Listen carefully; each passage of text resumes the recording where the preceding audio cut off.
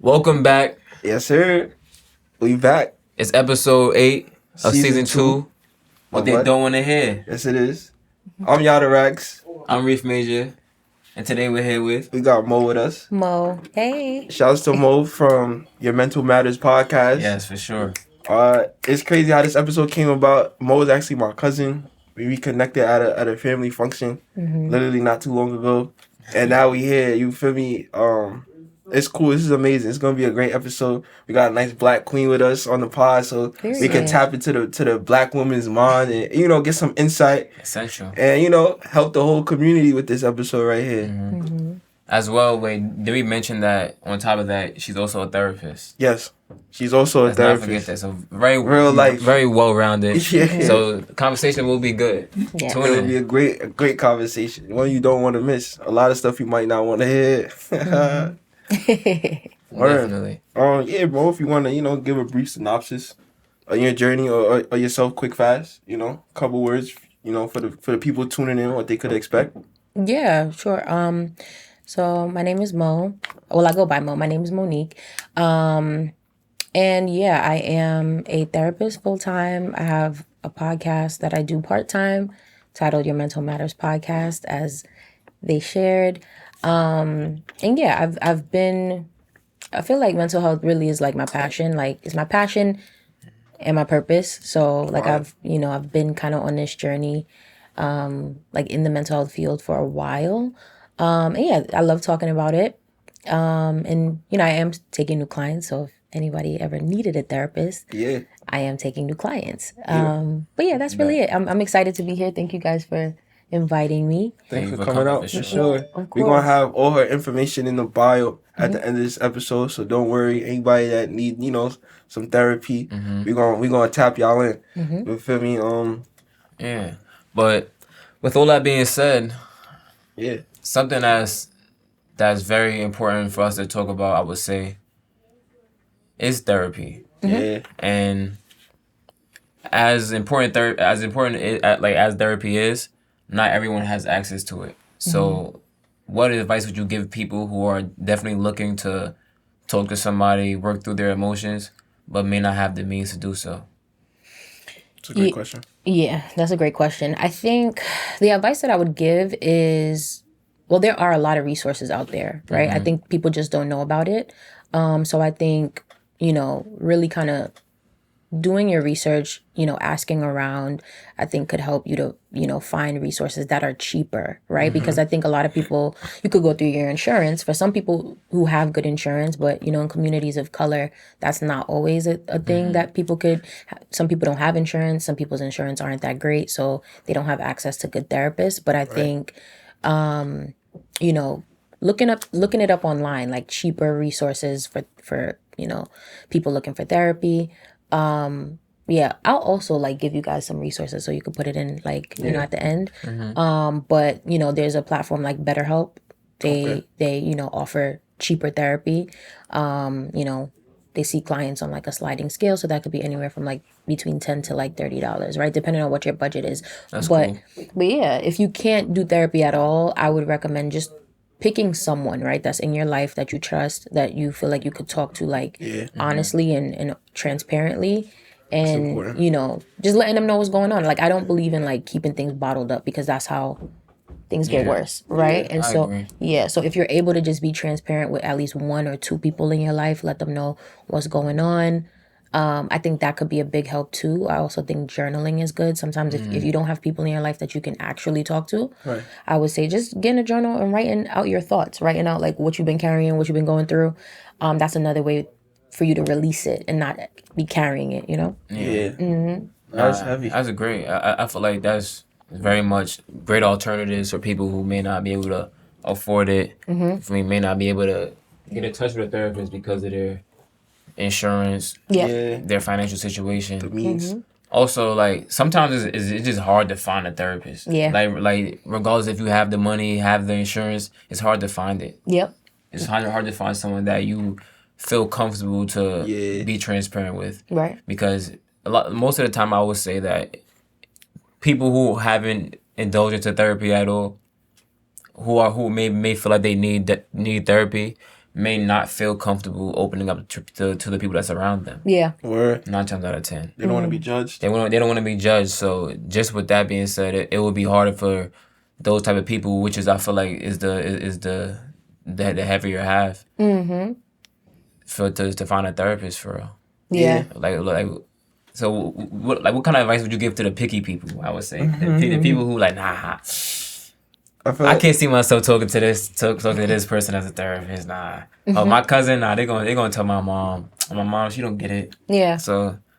Yeah. It could be a runaround. I think like for the picky people, I would say you guys sometimes just jump into it, bro. Because at first, I feel like a lot of people are skeptic about therapy at first. You know what I'm saying? So a lot of people might feel like I don't need nobody to like vent to, or I don't like they don't want nobody to judge them. So that connection might feel weird, but I feel like you gotta just jump into it. Cause I'm not gonna lie, like there was a time that my mom actually placed me in therapy, and I was against it until I went. So like the first session was fake. Like I was like reluctant to speak, so I was kind of making the situation worse.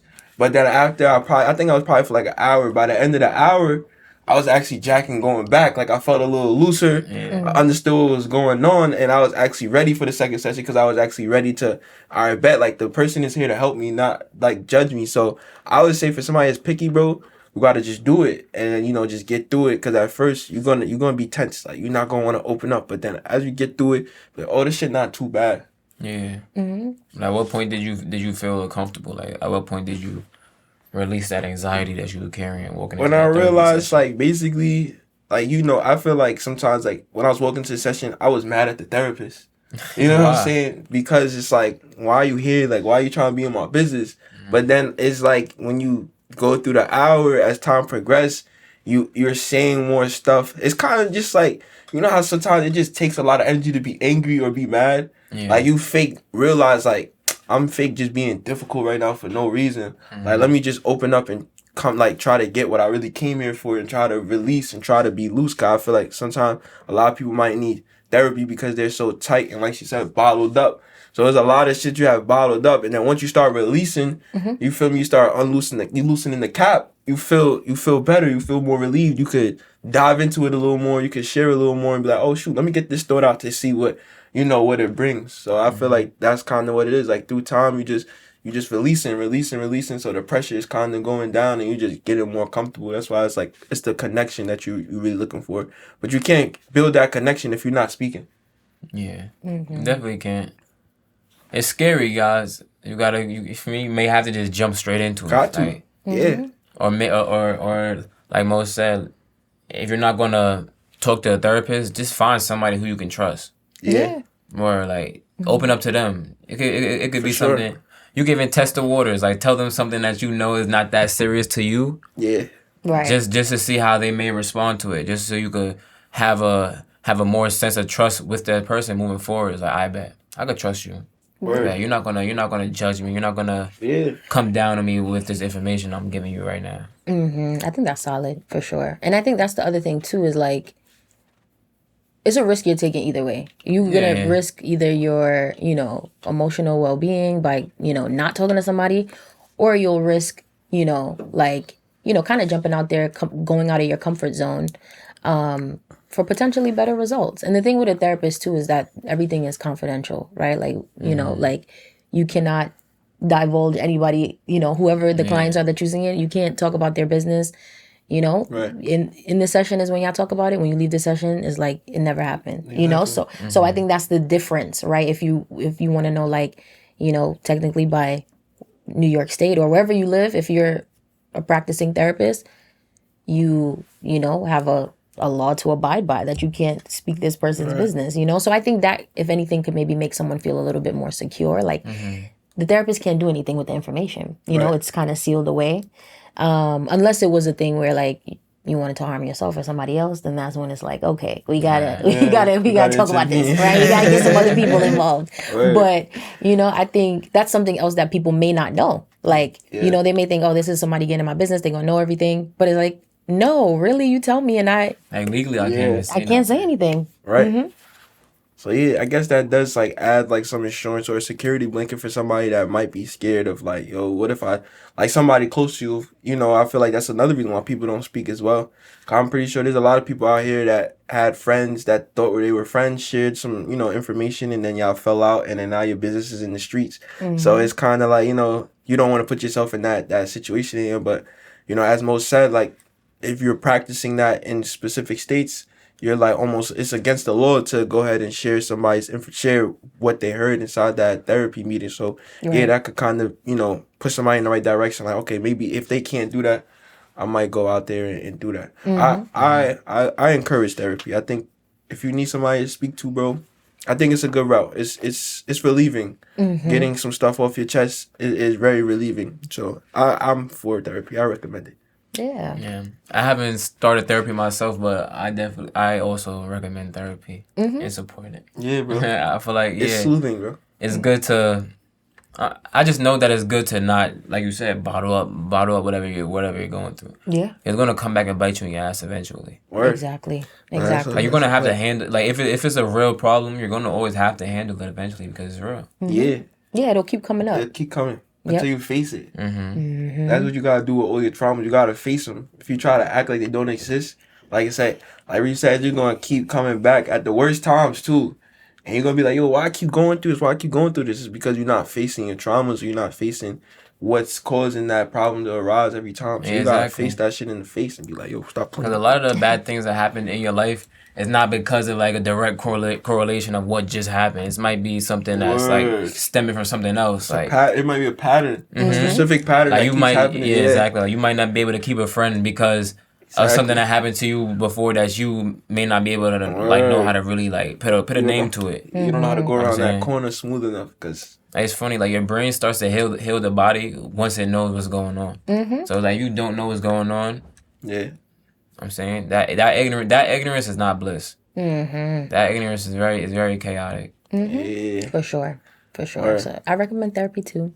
Yep, I've been in therapy before, so I'm not a therapist who's like go to therapy, but I've never been to therapy myself. I think it's beneficial. Like I've been on the other end of it. So when I'm like talking to clients, I'm not speaking from a place of ignorance of the experience. You've been no shooter before. Yep. Yeah, nah, that's fire. So all three of us, it's a go for therapy. So like I said in the bio, we're gonna have the contacts. We're gonna have it there. We're gonna have the contacts also to the cheaper resources that she mentioned as well. So we're gonna get y'all right. And you don't even have to tell nobody you're in therapy, bro. You could just come back a fresh person, a new person. It's like, yo, what happened to you? Like, nah, nothing, bro. I just been chilling. Like, you feel me? So we're gonna have that. We're gonna have all that in the bio for you guys. Yes. And shit like that.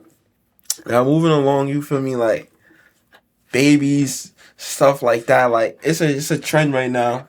I feel like are a trend? Nah, I'm about to get into what I'm about to say. It's a trend. I was about to say gender reveals. You know what I'm saying? Very, very trendy out there right now. And it's kind of like, it has me thinking like, is the traditional route, like not the normal way no more? Like, you know what I'm saying? Like just knowing what you have, having a baby shower for the gender that you already know versus like the gender reveal. Like, but I just feel like it's just a trend. I feel like gender reveal is just a trend. Probably just like another, what's the word I'm looking for? Another event towards the baby type of shit. But how y'all feel about like gender reveals versus like the traditional way of just like knowing, having a traditional baby shower and going about it like that? Wait, my fault. Wait, like what you mean by traditional baby shower though? Like I feel like traditionally, like before gender reveals, like the parents would know what the baby was, and then they would just have that baby shower. Like it would be like, it's a baby shower for a boy, a baby shower for a girl. Gotcha. But now they got a gender reveal now. You know what I'm saying? Where like the whole world's like how y'all feel about that? Like, how you feel about it? How do I feel about it? I think gender reveals actually are really cute. Like I'm not gonna lie. Like maybe it's a girl thing. I don't know. I feel like it's cute. Like it is celebratory, right? Where you can do things more traditionally, and it just be more kind of intimate. Whereas the parents just know, and then they prepare to have the baby that way. Yeah. I think that's also special. That's special, and I feel like if you want to do things the more traditional route, I think that's still fire. But me personally, I think if I had a child, I probably will want to do a gender reveal just because I feel like it would be fun for me and my family. Like I have a lot of cousins on both sides of my family. On my mom's side, a lot of cousins. Dad's side, a lot of cousins. So I just feel like, and you know, me and my cousins gather together all the time and like just do fun stuff on a regular. Yeah. So I feel like it's a fun activity just to do kind of like for us. But like, so that's kind of how I look at it. Like it's fun, it's something to celebrate. And then usually I think people do the gender reveal and then they do the baby shower after. So it's just like a Oh, double. they still have the baby shower. Yeah, they gotcha. still do it after. Or sometimes maybe they'll do it like 2 in 1. Okay. Maybe, but I think it would be kind of weird to do 2 in 1 because you don't know what you're having yet. So Right. some people might just bring like gender neutral gifts. Yeah. But I think like I think the way people normally do it is they do the gender reveal first and then the baby shower after. So it's like double celebration, which I'm here for. I feel like this life has been very crazy to us the past few years with COVID and everything. Yeah. So more to celebrate. Why not? You know, that's kind of how I look at it. But the traditional way I think is also still like special. Gotcha. What about you, Reef? Nah, yeah. The way I see it is like the gender reveal is definitely cute. Like it's a nice aesthetic. Like for me personally, would I want to have it like my baby needs to have a gender reveal. Not so much, but if the mother of the child wants to have one, my partner wants to have a gender reveal. Yeah. Yeah, we're gonna have a gender reveal. Like it's cool. Nothing wrong with the gender reveal. Yeah. I do think it's it's excessive. It's not needed at all. Yeah. But why not? If it's something that's fun to do, something that's cute. For me, we're not hurting nobody. Like, we're not hurting nobody. Yeah. Fuck it. Nah, I I see what you mean, guys we could have the gender reveal. If for me, it's like you said, you have mad cousins. It's an excuse to get together and have fun. Right. It's just be around people. Me personally, I don't really like being around people, so I would never like suggest it. Got it. But I'm not about to be the party pooper either. Got it. you. You feel me? Nah, that's heavy, bro. Cause yeah, like me, I'm a traditional guy. I feel like I would want to celebrate like knowing like receiving the gender of my baby privately with like me and my partner and shit like that. And I'm like you said though, if my partner did want a gender reveal, I guess I couldn't be like, nah, we not having one. You know what I'm saying? But I definitely see what you say. I would just want to celebrate that win silently. Just take that in with my partner, bring that in with my close family or whatever, and then just have the baby shower. You know what I'm saying? 'Cause I feel like, I guess in me, how I look at it in the pregnancy, I don't want too much energies around my woman as she, you know, she's going through what she's going through. Like, I want to conserve her as much as possible, keep her away as less as possible from like everybody. Like, I don't want all that energy around my baby for real until maybe the baby shower. So I feel like it's just like it's doubles too much exposure for my lady and my baby. Like, let's just keep that private. Let's just have the baby shower.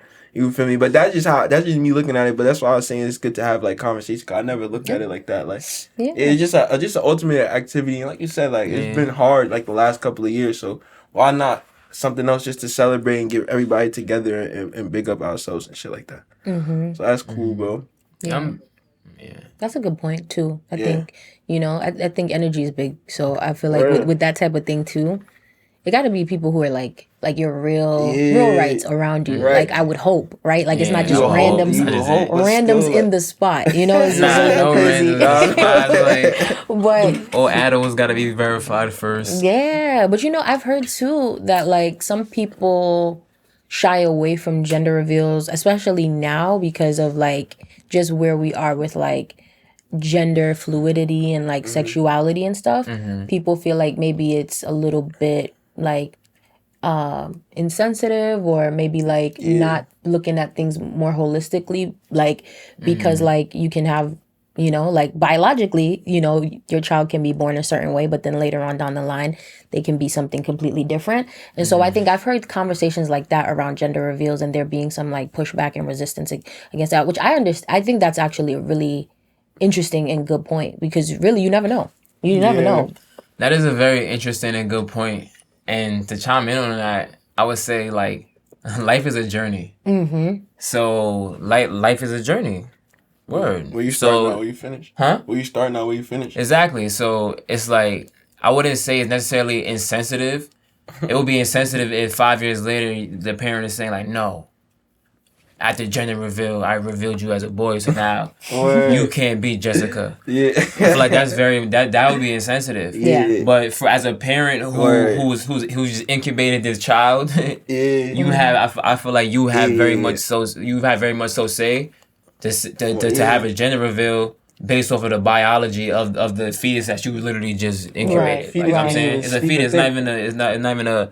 I'm saying they don't have a name yet. For sure. So like we calling it an ick. We didn't even know beforehand. So it's like yes, it's a person. We know that. Yeah. It's gonna be a person. We know that. So but in this section of the life, you feel me, that the parents have more control over, I wouldn't say necessarily insensitive. And I feel like we live in a world where People sensitive. call insensitivity when you don't want to include everybody and everything, and not everything in the world is or should be inclusive. Because I feel like that's when it waters it down and it makes things not really realistic.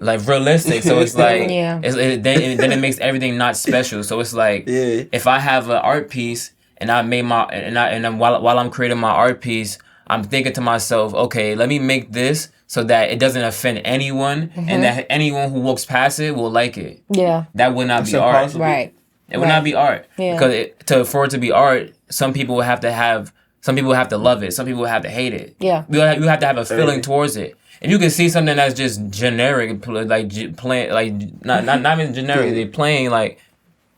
Some people might not like it because it's plain. Some people, but regardless of anything, it's like I wouldn't say it's insensitive. If you're not excluded, you don't have to include anyone to not exclude them. Like For sure. you don't have to be anti-white to be pro-black. That part. That part. You understand? So Yeah. that's the way that's the way I feel about the energy around people like calling things like that insensitive. Yeah.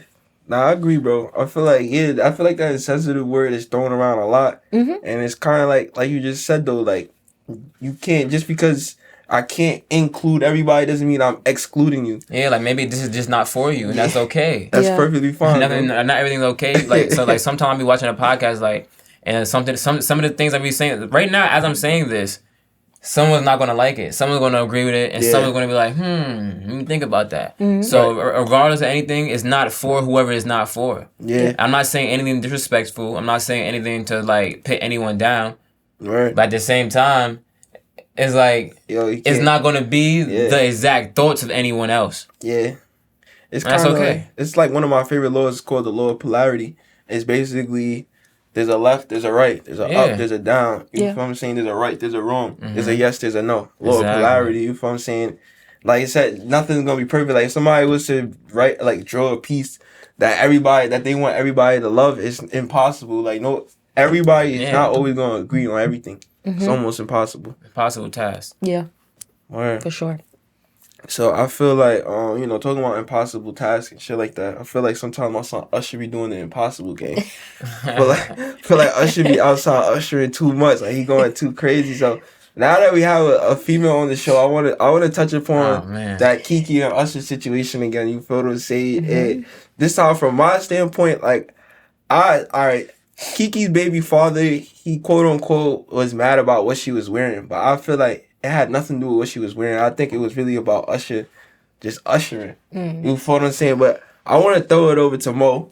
You feel me? Since we got a black queen on the show, what did your eyes see with that whole Usher Kiki situation and the baby father? Like, what did you see in that whole equation right there? Honestly, all right. So initially, I think the first clip that I saw was Kiki at the Usher concert, and she was Usher was in front of her, and she was dancing, vibing, smiling, looking cute, and she had on this it looked like a one-piece outfit, but it was a little see-through, it was a little sheer. So I think her baby father's response, which was a very public, is like, my thing is, this is what I was talking about earlier too, like off camera, like I think. When you're in a relationship, y'all have a commitment to each other, right? So I think if you have an issue with something with your partner, talking to them about it, in closed quarters is the best way to go, right? Very important. But her baby father Definitely. went on social media and put on a show, right? So what he got was an even bigger show. So that's what I feel like Kiki kind of just, it was giving petty, right? I feel like at a certain point, I was like, all right, Kiki, we get it. You like, we get it. You petty, you doing a lot. But he started it for sure. And she finished it off by continuing to entertain Usher's, you know. They even went and made a video, like a music whole video. He put out a song, like, A I whole think he video. named the song after her. Yeah. And she was in the I didn't video. even know that was going on. But that was like probably Yeah. a week or two after though. Yes. A week or two after the whole shit. That's a little heavier. Nah, I'm saying. Yeah. She took it there, for Yeah, sure. she took it there. But like you said though, he did start it. Like He dragged it. he dragged didn't it, need to- Yeah. and I feel like he was just wrong on his Yeah. his vision. Whatever he saw, I feel like he was wrong. Like it wasn't what she was wearing. To me, I would have been like, nah, Usher, you gotta chill. But like, it's funny though because like you said, we was having a conversation off camera. Mo also mentioned that Kiki is an entertainer. Like I kind of forgot Kiki is an actor as well. So Yeah. she could have probably did a movie scene that may have been way worse. So it's kind of like, you know, it's kind of regular. Yeah. But I don't know. To me, I just feel like Usher gotta chill, bro. Like, I feel like Usher, you be wilding, bro. Like you gotta leave the people in a relationship, leave them alone, bro. Like go sing to the Usher single out here fucking ladies, up bro. Happy Homes. Yeah, bro. Like go sing to the single woman that got her bra waving. You know what I'm And saying? that single lady, Yeah, as bro. fiend as Leave people come the women sing. alone that got their man next to them, bro. Cause now you testing niggas gangsters, bro. And it's like, come on, Usher, you gotta You got niggas chill, feeling, bro. you know what I'm saying? Like, that probably would never happen. Yeah, Like, you out here breaking up happy homes, bro, just But- because you Usher. Like, we get it. We understand, bro. But just chill out. There's a there's a bunch of single ladies in the crowd, bro. bro. Yeah, Like, Usher go be sing to going the crazy. single ones, bro. Like, you going wild, bro. Usher be going crazy, but for surely though, those problems should not be outside of the room. Bro. Definitely. Yeah. Like, no cap. Definitely. It's like me and you being in a partnership and I'm posting on the gram. Yeah. Yo, y'all, like, what you doing? Like you bugging. You know what I'm saying? Like, what is that? Like, what type of vibe is that? You know what I'm saying? Right. So especially Nah, the mother, facts, though. the mother of your child, like you should have a just a different level of decency and like for me, like patience with that. For And real. also knowing how big of a star she is, knowing that if I send Yeah, this bro. on Go, how many people gonna see it? You know what Yeah, I'm saying? bro. Yeah. Come on, bro. Kiki Yeah, Palmer bro. is your lady, bro. Yeah, bro. You know how many black people love Kiki Palmer? Right. Like, where do you Come think on, that bro. tweet was gonna go? For Yeah, real? like no, he knew what he was doing, but that's No. what makes it worse. No, he didn't think that they were gonna really drag him to how they did. He got dragged. he got dragged. He's naive then, bro. He He didn't really understand who he messing with. I feel He like. didn't know what was going on for real. Yeah, he lost Yeah. his source. Yeah. That's on him. He probably not even from here. He probably not even from here. He Nah, don't know he what's probably going on. not. Probably overseas for real. Like, Yeah. But like, why you posting? Oh, you're a mom. Like that is crazy to me. I Like, was like, huh? even if you was feeling like that, Right. like that should have been a text. yeah, like or Like, a phone Right. call. like I'm not gonna yeah, lie. bro. Like if your energy was really that high of a level, you should have really just lit her up in the text messages. Yeah. Why Could've. take it? Why take it to Instagram? I Like it feel wasn't like- even that serious for you to do that. But why Yeah. take it to Twitter, bro? Yeah.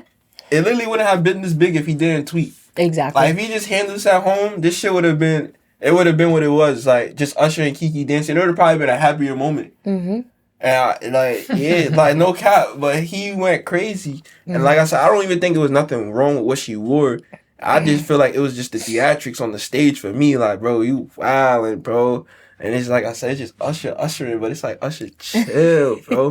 Go after the single ladies, man. Leave the married feel women like- alone. Out of all the Usher moments, that was the least Usher moment.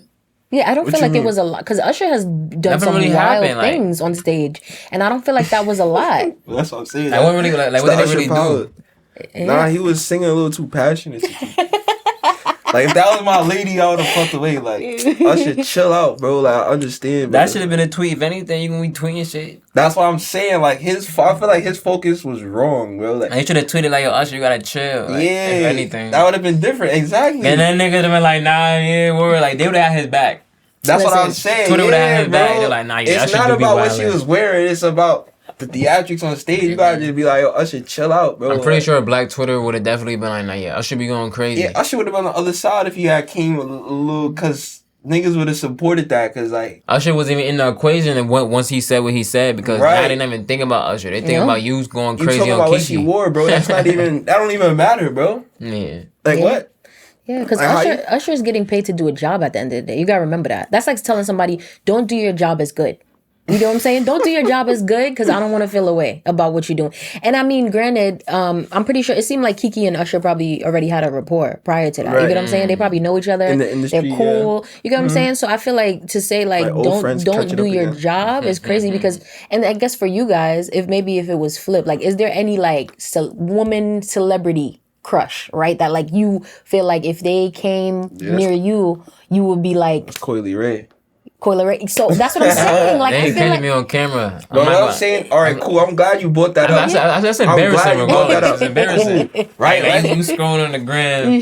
Yeah. You see Usher only and show their face. Like this is the face that you be sitting next to. This is the face that you wake up to. Word. See her face right next to your face, and now Usher face next to her face. Nah, that but goes look, crazy. I'm glad we got a woman here, so I want to know, right? Cool. Let's throw a Sexy Red. Right? Let's say your man go to a Sexy Red concert. She pull up him up on stage. Yeah, I'm a hoe. She wilding on him like, you feel me?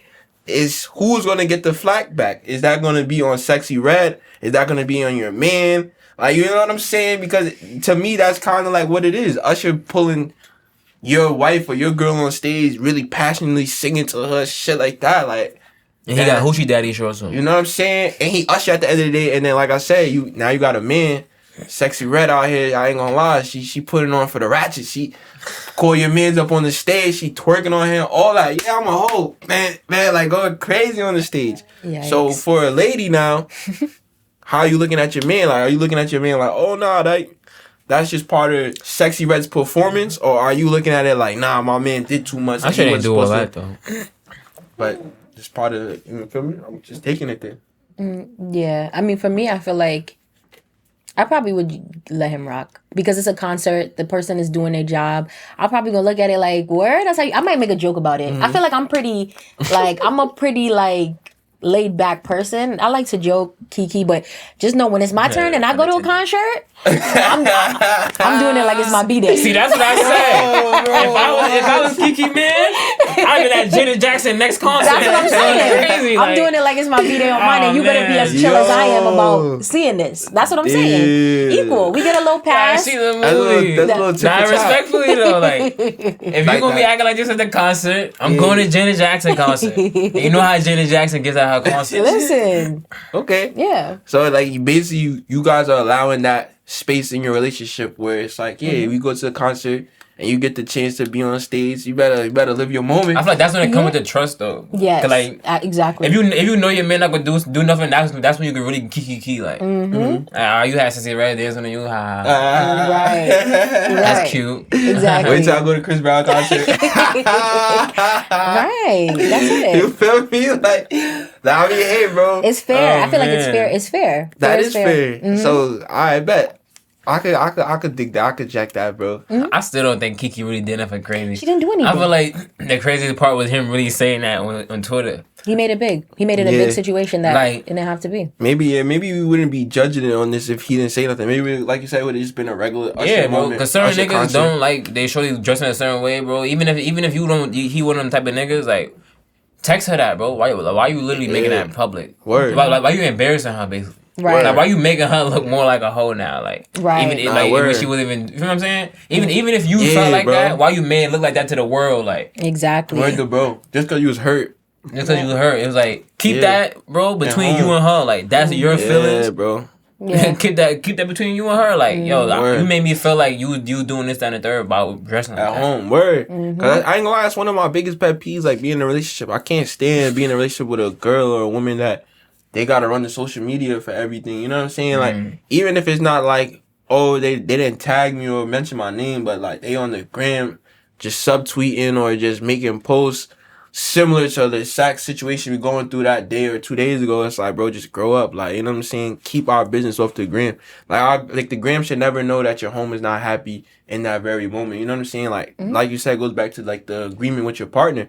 You and your partner should have that understanding where it's like, I bet, like if we not happy at home, we gonna handle this at home. I'm not gonna go to Instagram. I'm not gonna go to Twitter. I'm not gonna go to my friend. I'm not gonna go to my family. I'm gonna make sure that we come together. I'm gonna give you the space that you need, the time that you need, but we gonna make sure that we get this right at home and shit like that. And I'm heavy on that. Like, stay off that social media with your home business for real. Yeah. Yeah, man. But yeah, that kind of channels into our next topic too, like navigating emotions, right? We got a therapist here and things of that nature. I'm gonna throw it to you, Mo. Like, you feel me? Yeah, I think I think that was more so a question for you guys, right? Yeah, that's why I like, threw it to you. yeah, like I wanted to, ask y'all, like, how do you guys as, Black men in this world, in New York, navigate your emotions? Because New York is not an easy place to live. Being a Black man in America is not an easy thing to navigate or handle, I'm sure. So for you guys, how do you guys deal with that and handle that? Shit. I would say one way that I feel like I can fake speak for me and Yatta should be podcast. One way we deal with it. Yeah, You feel me? definitely a great outlet.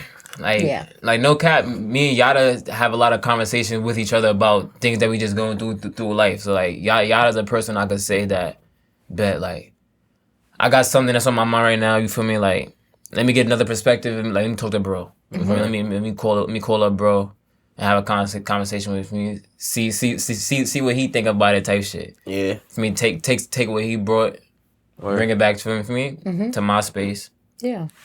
Maneuver like that. Nah, this is definitely a great platform, a great space too. Because even on the show, I've learned so much just being co-host with Reef. Cause there'd be time like you guys could, it's season 2, so you go back to season 1, you could go back to early season 2.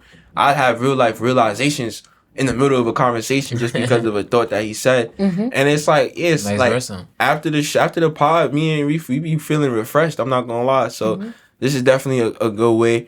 And I'm not gonna lie, another thing that I do like to help navigate my emotions, like, the season just changed, but like during the summers, I literally go to the beach by my dolly, like late night, just walk on the sand, just be by myself, Love that. collect my thoughts, breathe in, breathe out like that. The air is just different at night. It's just a sand, the night, the wind.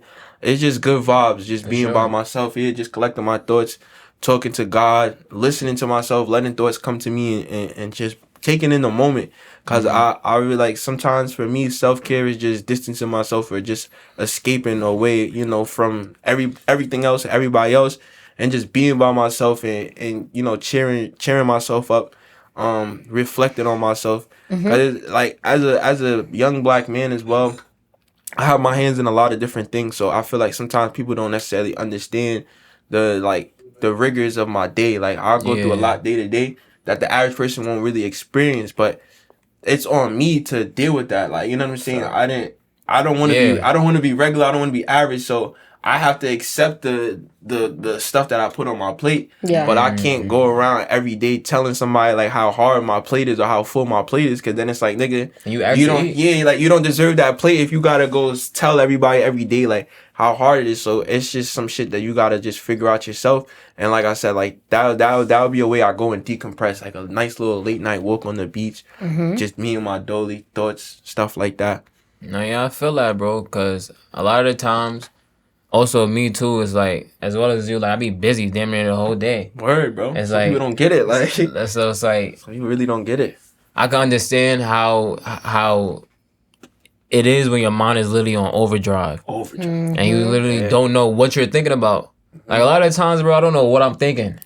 Like, I really gotta sit down and like try to like silence my head just so I know which thought is actually the most prevalent right now. Yeah. You know what I'm saying, like, I gotta actually sit down sometimes and be like, I bet you're thinking about this and the third. What do you gotta do next? What do you gotta do right now? And then what do you gotta do next? Right. You know what I'm saying? So I find myself, like you said, walking to the park. It don't even matter which park. Like, I don't gotta know the park. Right. I don't have to have been there before. Like, I could literally just go to a park. Yeah. You feel me? Go chill.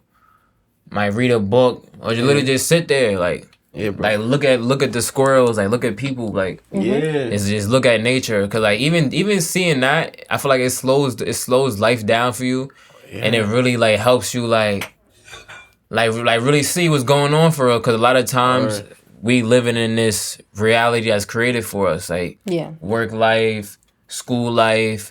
You feel me? Like the pressures of society. So it's like sometimes just being grounded in nature, it really just brings you back to base level. Like, I bet we're here. I love nature, bro. You feel me? Word. Nature's amazing, bro. I feel like it's just soothing. Like, nature is just soothing. And to me, like, there's nothing better than, like, a 67 or 73-degree day. And, like, you know, just that crispness in the air. You breathe in, you breathe out. Like, to me, like, that's an amazing feeling. Like, it's a relieving feeling just to, like, be able to fill your air with lungs and shit like that. Nah, for sure. Things of that. What are some things that you do to navigate your emotions, Mo? First of all, I love those responses. I was over here like listening, like this is good. This is real good. Like I think, yeah, for me similar. Like I think you mentioned the beach, which I think is like that's my favorite place ever in the summer. Bro. Yeah. Only late night though. I'm too black for all that sun. No, you know what's crazy? Sun gotta be coming down. I love the sun. Like even though I'm already chocolate, I will sit in the sun, put on some sunscreen, and I'll sit in the sun for hours. Okay, because the sun is actually really good for your mental health too. Right? Yeah. That's something that people don't know. Obviously, the sun, you get vitamin D from the sun, but there is a correlation. There's a connection between like vitamin D, the sun, and your mood. Right? So like that's why a lot of times people in the wintertime or like the colder months they get like seasonal depression. That shit is real, bro. It's a real thing. It's called that shit is fucking real. Yeah, it's the actual term for it is seasonal affective disorder. Yeah, but people call it, you know, aka seasonal depression. But it happens in the colder months because there's not as much sun out, right? And so for me, I need the sun. I like the sun. Yeah, and when it gets colder, I like to travel. Tropical people. Right. Right. I'm Caribbean as hell. Yeah. Right. I'm Jamaican and Haitian. So yeah. So like for me, like I like the sun. I like to be in tropical places. And so I think, I think just similar to what you guys were sharing is like being in nature helps me to like, you know, center myself, be more grounded. So whether that's me going to the beach, whether that's me kind of going outside, going for a walk. I also like, you know, talk to my friends like on the daily, like me and my friends are in a group chat, we do group FaceTime and we just like laugh about whatever. Any and everything. Like me and my friends are funny. You know, like don't get it twisted. I am a professional, but we be cutting up, all right? In the group chat, we be talking about everything under the sun, but we just find reasons to laugh. And I think laughing too, that's another thing. Yeah. Laughing, the more you laugh. Laughing, definitely. We do a lot of laughing on this show. Listen, okay? It's crazy. Like, I'm Muslim, and one of the things that's like recommended in religion to do is to deadass just smile. Yeah. Like, smile at somebody. Right. Like, you see somebody, you see one of your friends, smile at them. Yeah. And it's like, like, smiling is gonna make you happier. It's like, it's like if you literally sit there, like you said, bro. It's so much work to be angry. Like, yeah, bro. Like, you have been angry and somebody said some funny shit. Yeah, no, you're like, fuck, I can't laugh. Bro. Like, I said, you sit here mad for no reason. Like, you wasn't even really mad. Like, so you was mad, but it's just, you could do the same. Yeah, you was mad, though, but now you still trying to keep the act up. Yeah. You know what I'm saying? But you could do that same thing with that happy feeling. Like, I fuck it. I'm having a bad day. Let me just be happy right now. Right. Let me just smile. Let me just be positive. Like sometimes it's hard though, but it's hard. I'm not gonna lie. It's harder when you get older and when you, for me, have so much pressure on the real life. Cause when I was in high school, bro, I used to smile every day.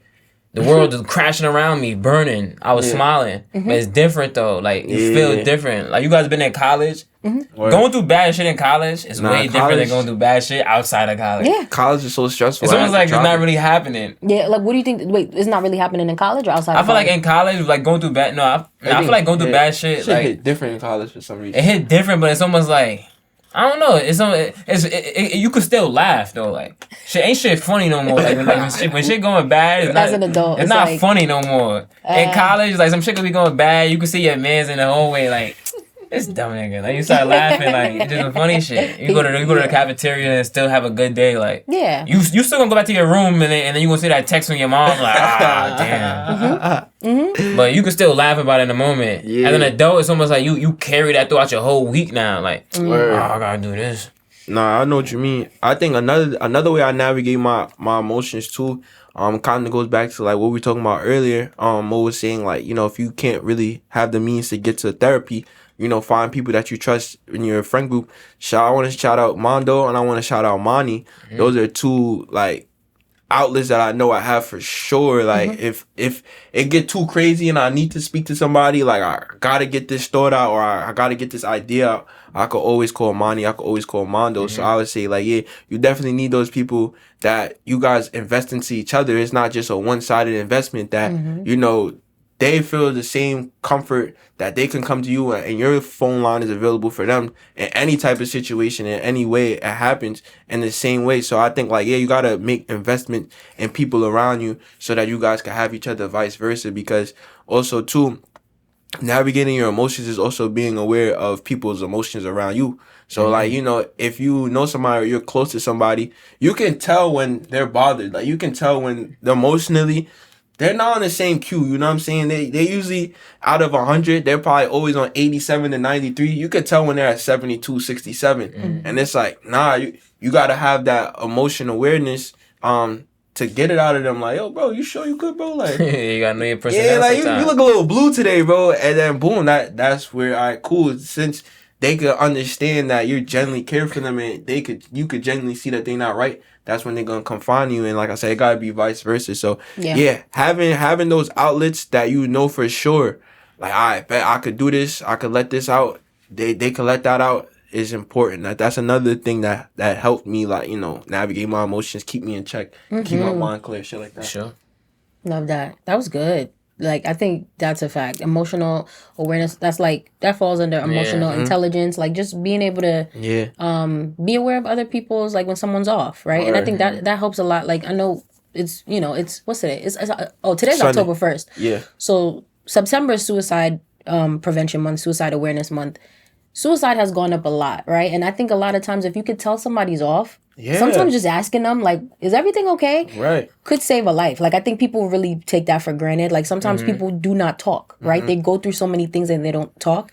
And they seem off, but nobody, if you don't have the emotional awareness or emotional intelligence to tell, like, this person's been off for, like, a week or two. And that'll probably force them to off themselves more. Because they would be like, damn, I'm really fucked up inside. Nobody even realize, like, people don't see me. So if I'm gone, they won't miss me. And I feel like, that's what it be. And also, too, pray. Pray every day, bro. Keep God first.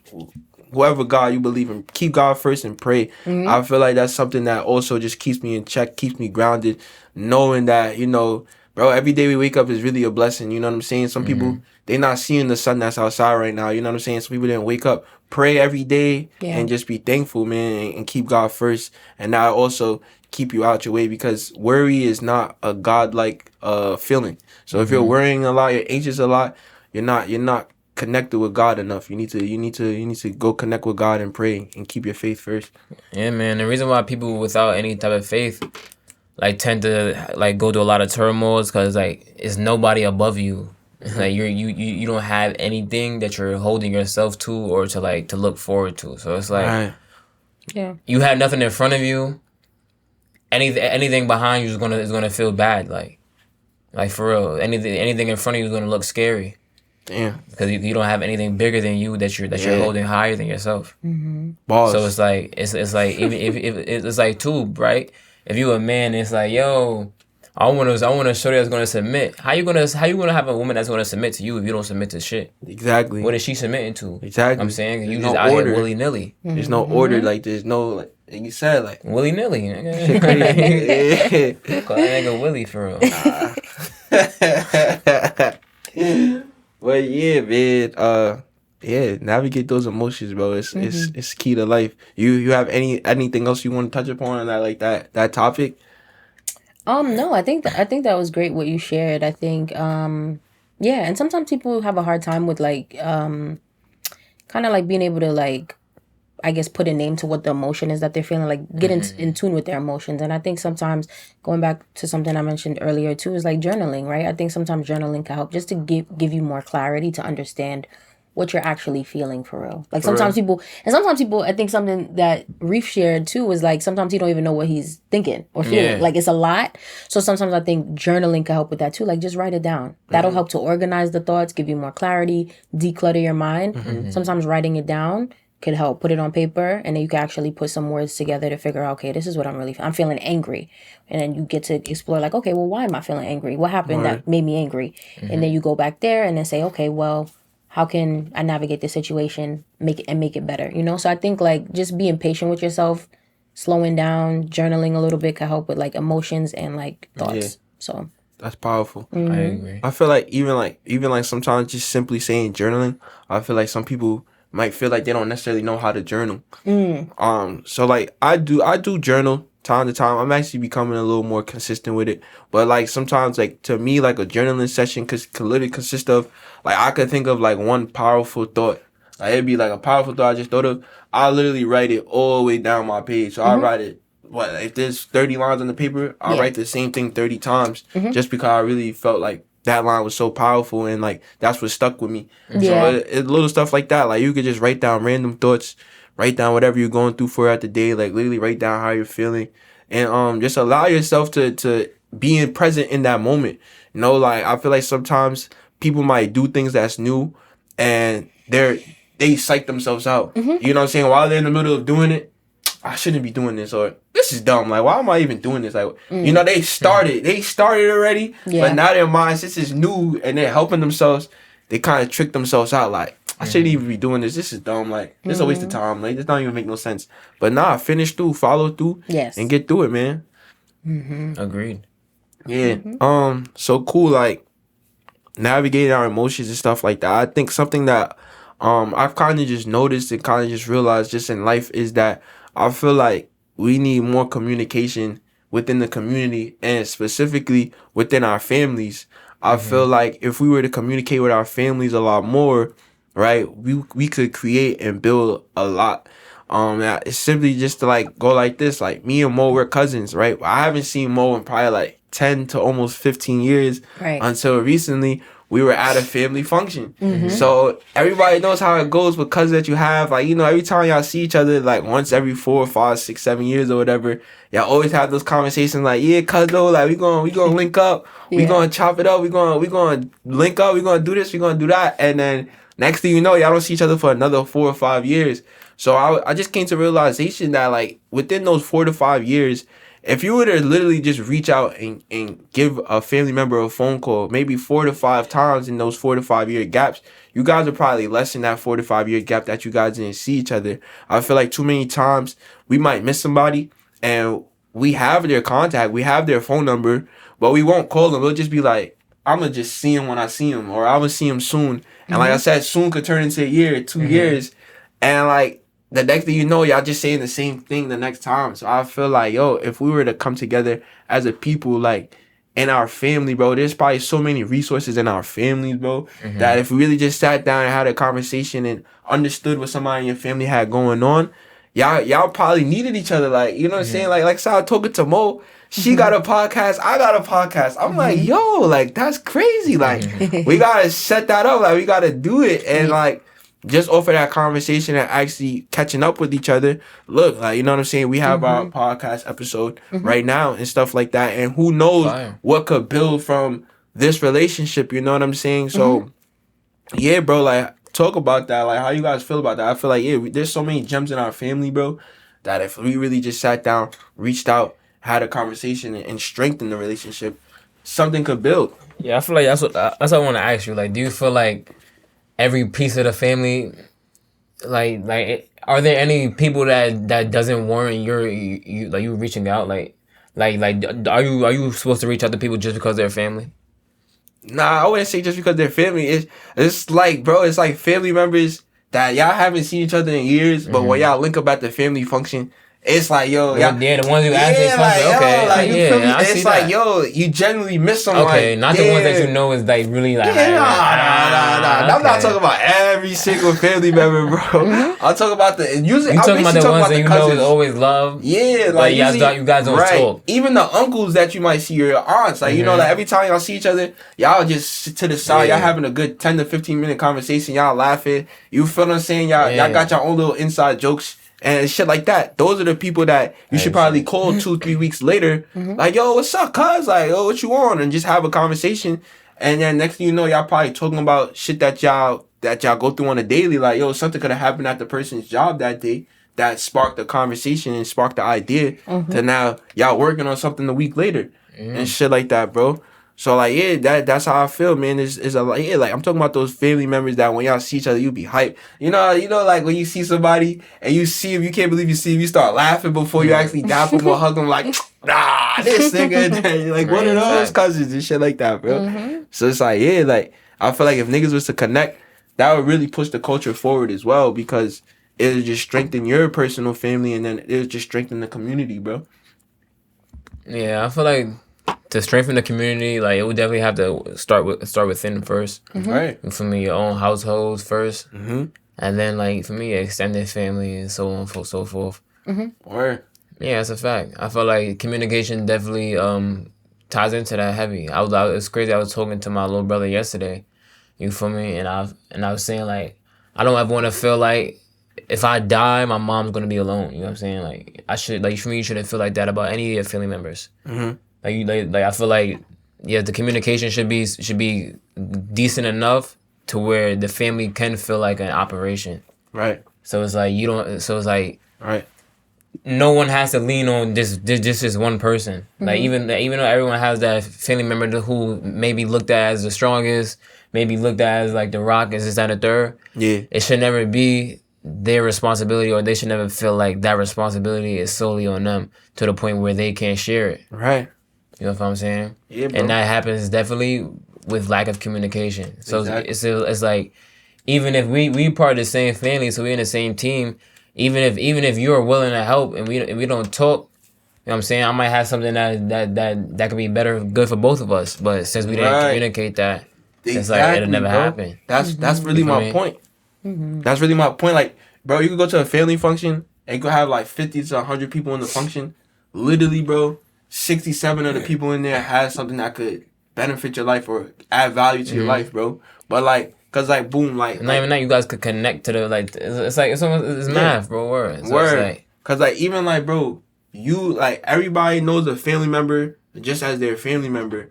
They don't understand that family member has their own network of people. They have their own day-to-day that they go through on a day-to-day. Like, you know what I'm saying? Like, if we was to resource we pool our resources together, and like I said, it's genuine. Like, I'm your cousin. Like I said, like, you know what I'm saying? Like, oh, it's crazy. Like, we used to be 7 and 8 years old, running around barefoot, manhunt, all this shit. So it's a different connection. Facts. If y'all could find a way to put that on a plate now, and y'all could cook up something like, yo, you never know what it never know, bro. And like I said, that's, to me, that's where my mind's been at, bro. Like, reach out to your family members, bro. Give somebody a call. Like, don't just wait till like the next time you see him. Like, I feel like that's how a lot of like thoughts and ideas die. Like, that's how a lot of shit die. Like, we gotta create, bro. We gotta reach out and like I said, create, bro. Yeah. It's crazy. Like, shout out my big cousin, Anna did it. She actually living in London right now. That's tough. Like she just went out there. Like, I'm gonna live in London for 2 months. Like you That's see, fire. it's fire. Like, word. I'm proud of her. Happy for her. Like, she's a person. She also is into modeling.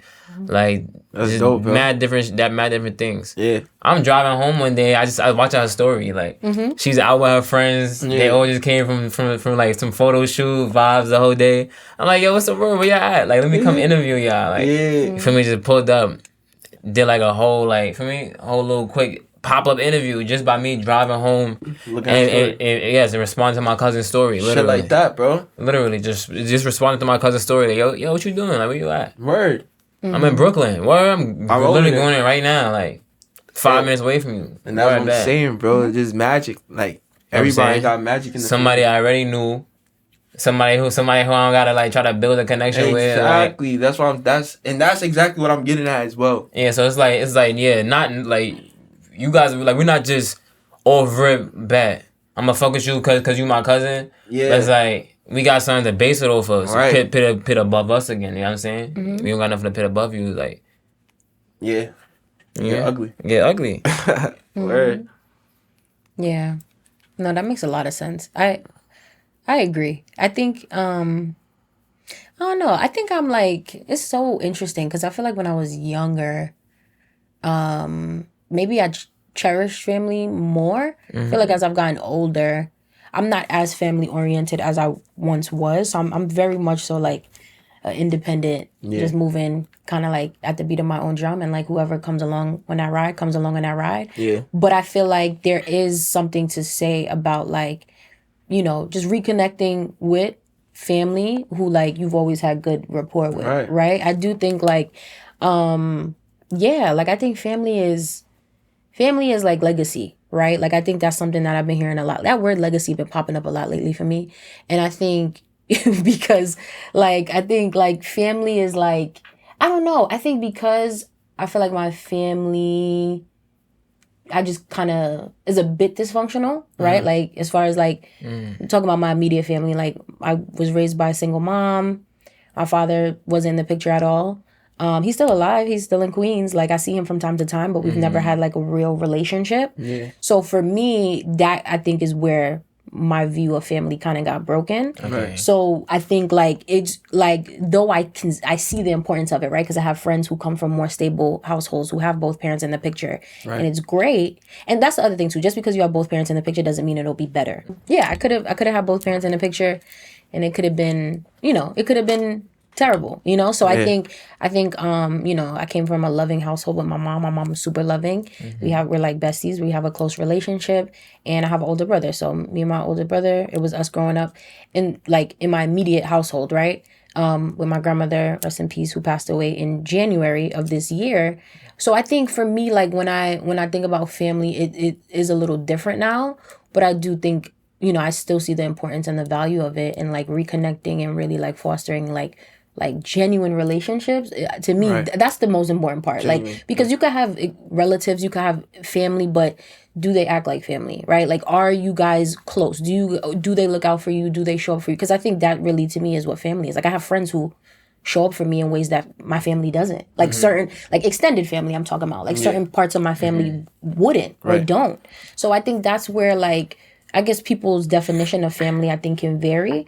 And so for me, I think my view of family is a little different, but that's because of just how I was brought up. So I think really you have to just kind of define it for yourself. Like, at least that's me on a personal level. I feel like I kind of define and create family, or just look at it differently than maybe like the average person. But that's also because of like just the way that I grew up, if that makes sense. Now, yeah, I feel that. And I feel, and like, and I feel like the lone wolf vibe.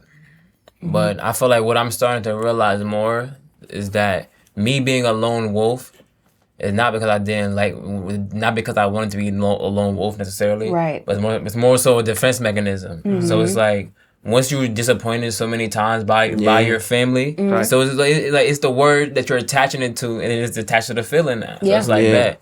Family disappointment. Friends, good, bet. This is my new family. I'm going to change the word for myself, but I'm going to still have that bad attachment to it. So I feel like, you know what I'm saying? Growing up, it's like when you feel like you have to relearn it again as bet. I'm gonna give you guys a second chance because you guys are family. It's really because it was that like real unrealistic expectation for real. And so it's like, yes, we're a family, but like you said, we're different people. So we all have our own different lives going together, but we're still a family. Right. So I feel like because of that, we take things that our family does to us way more personal than we take that someone who's not our family does to us, even if we're not closer to that person. Right. That's true. That's a fact. Like if your brother does like, you could be closer to your friend than your brother, like realistically. But because this is your brother, you're gonna take it way more to heart. Like, nah. You know what I'm saying? Like, you could talk to your man every single day. He could do the same thing that your brother would do, and you could talk to your man right again the next day. Your little brother though, you like, nah, he nigga bugging. He broke the code. Hey, he broke the code. Why he doing that? You know what I'm saying? You gonna take it. So it's like a false sense of like expectations of responsibility that you putting on people. Good. So I feel like it's the same thing as like relearning your parents as a person when you become an adult. Yeah. So it's like the same thing as that. I feel like, like I don't want to be a lone wolf. I feel like I was doing that because I didn't trust you guys, because I had these unrealistic expectations I put on you guys that wasn't really fair for you because you were living your own life. Yeah. I feel like once I could realize that a little old, once I could realize that as I'm getting older and more mature, I feel like that's what makes me more willing to collaborate with family, you know what I'm saying? Yeah. I know you already family, you still a person though. Right. You know what I'm saying? So I'm gonna take certain things with a grain of salt. But I'm gonna just give you that extra leeway. It's like if I make you my partner, I'm saying I'm just have to give you some extra leeway, some extra patience now. Yeah. You know what I'm saying? Nah, I hear you. Also too, just to piggyback off of what Mo was saying earlier, right? I look at it, right? Remember I seen talking about family members that you see at like big functions every so often, every year, every 2 years, every 4 years, right?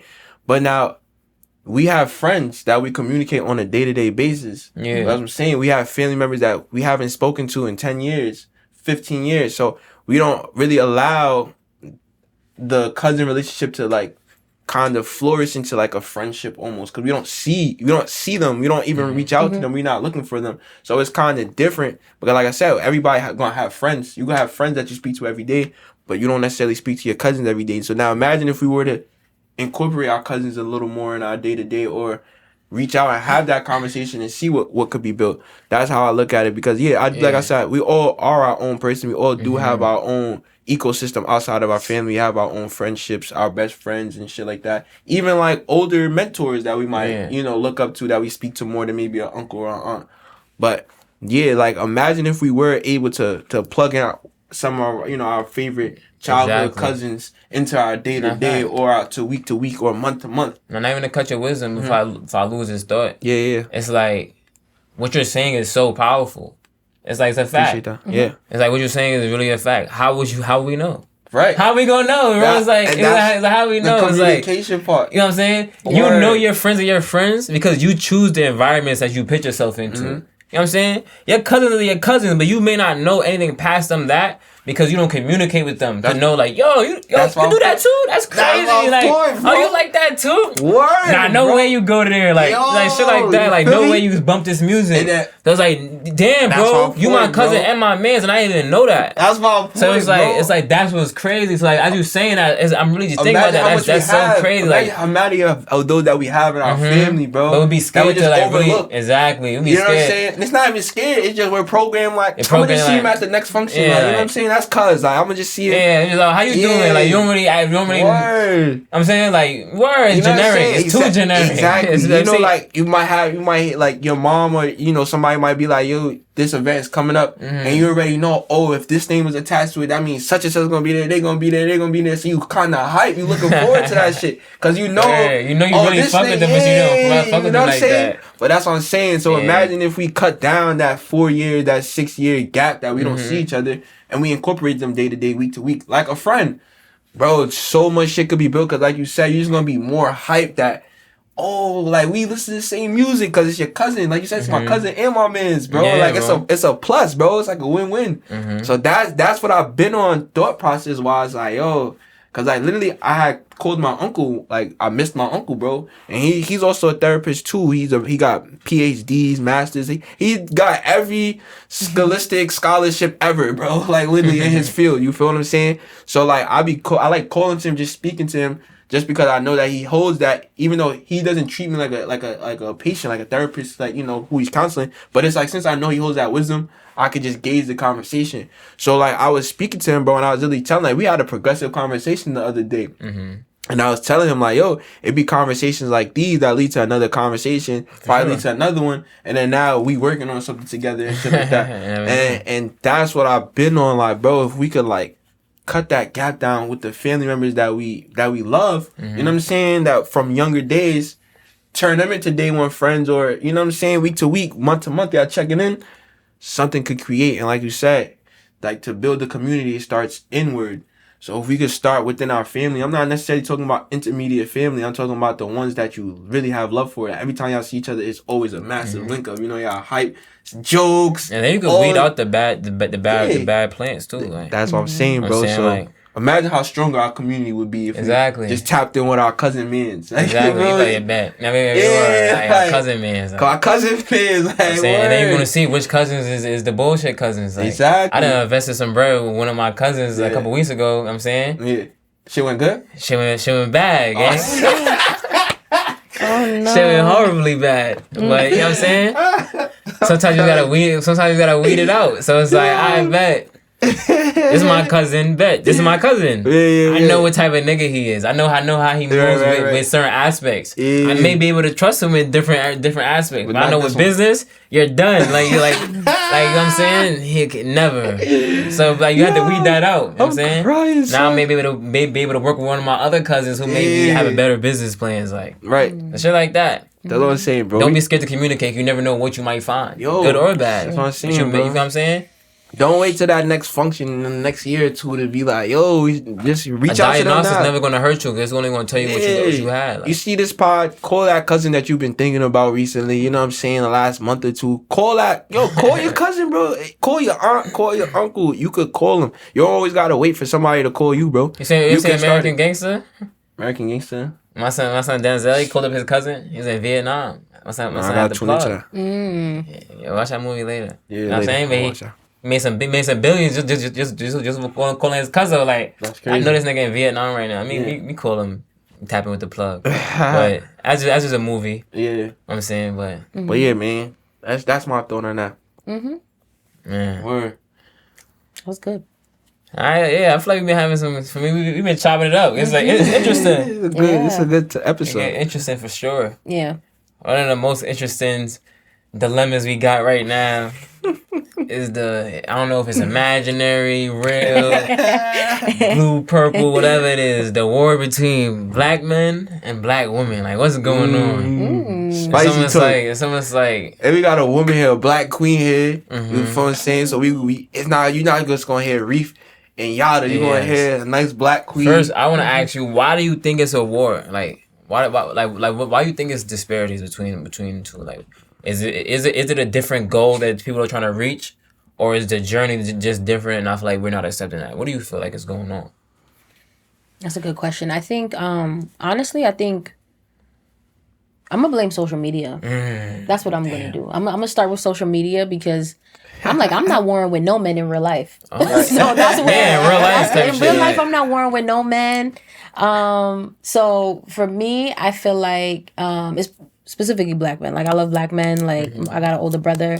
That's my dog. Like, you know, me and my father. Though me and my father didn't have a relationship. Like, I'm not beefing with him. We don't have no animosity. We're cordial when we see each other. It's, you know, high and by type of thing. You know, and I think, I feel like I got male friends, homies, like, that I love dearly. You know, and that I respect. So I think for me personally, I think it's social media because a lot of people have platforms and that are like big, right? And are able to kind of like create these narratives that like black women are angry, right? Black women are angry and be mad at black men because of X, Y, and Z. And I'll be like, do we?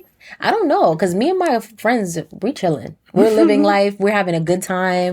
But I think there are some cases where some black women are angry because they've had certain negative experiences at the hands of black men, right? So I think, you know, some of those instances, some of those stories sound like maybe like cheating, right? In a relationship with a black man and you got cheated on, right? So that can maybe stir up some animosity. Others, I think it's conversations around like race, right? Like black men preferring women outside of their race, right? That's another conversation, which that's on the rise, though. I'm not gonna lie. It's on the rise. It's happening, but I'm like, is it something that is worth, you know, having beef and tension over? I don't know. Because really, and I think this could even us referring back to the Usher conversation, I feel like, okay, cool, black men are dating outside of their race. Black women can date outside of their race too, but I think black women are, like, the statistics show that black women choose and go after black men more than maybe black men are doing, right? Like, I think they're,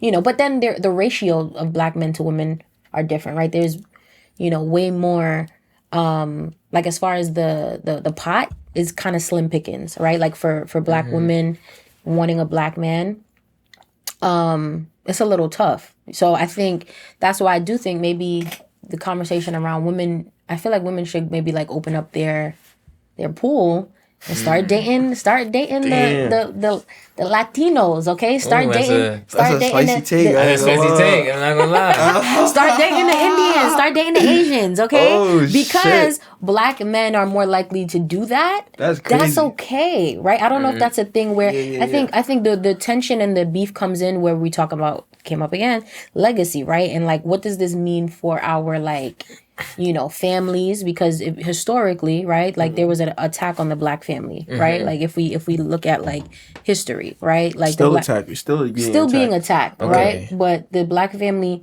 being dismantled because of slavery, because of Jim Crow, because of all of these different things. I feel like we're kind of seeing it in modern day now, where now it's these gender wars, black men, black women. of like, you know, who can get who first and who can make one feel crazier than the other. And really, it's like, what's the point of all of this? You know? Yeah. Right. No, I feel that. And like, no, what you said is definitely a fact. You said like, bet black men be doing it. Probably at a higher rate. Like, But at the same time, you gotta ask yourself. We always tend to forget that even though we probably get to the same goal, we're doing it for different reasons, or like we're doing it differently. So it's like a man's reason for choosing his partner is not the same reasons that a woman has for choosing her partner. And it's like, It's a fact. and the It's a like fact. the what's the word I'm looking for? Like the like the energy around a relationship is different depending on who you are, like in a relationship. Not saying it's like. So give me an example. We go all we're all equal. We're equal in different things. Like it may add up to 100, but I'm saying the breakdown is different. Yeah. The breakdown is completely different. Like I don't know. Yeah, that's the way I feel about it. Yes, I'm not better than you at all. I'm not lesser than you, but my makeup adds up differently than your makeup adds up. So it's like right, because a man's looking for different things and a woman looking for different things. Like. It's like, yes, and we live in a world today where could be similar, but black women especially are getting money. Shout out to all the black women. right. But like as a man, you're not looking for a woman like, nah, yeah, I gotta find a woman who got a good job. Like who like not every man is saying that, bro. Yeah. Not every man most men are not saying like, nah, yeah, you gotta be making this amount of money as a woman to be my shorty. Like So That's what are they saying? Huh? What are they saying? Like, what do you? Because you got what are they looking for? As the male, I feel like men are more looking for like people like the feeling of it. Like I bet, like she bet, like I know. I feel. Me personally, as a man, I would say, what's gonna make me more so choose my woman is a woman that I feel like just got my back. Like you feel me? Like if I didn't have nothing, like she'll be there. You know what I'm saying? Right. That type of woman is the woman I would say is like that's what I'm looking for. Like I'm not looking for somebody to protect me. I'm not looking for somebody to provide it for me. Right. That's not what I'm looking for in a woman. I'm not looking for, you know what I'm saying? Yeah, me and a woman, I look for the mental. I need a wise lady. I need a woman whose mind has capabilities to understand things beyond the norm. Because me, myself, I'm an extraordinary mind. So I need somebody on the same frequency, the same wavelength. Like that's what's more important to me than anything, bro. I don't really, cause I feel like looks come and go, and looks don't always tell the whole story. Looks can be deceiving. So you know what I'm saying. I'm not gonna say I want anybody that's ugly. I ain't saying that, but like also too, the mind is just more important to me. Like, can we have a conversation? Can we communicate?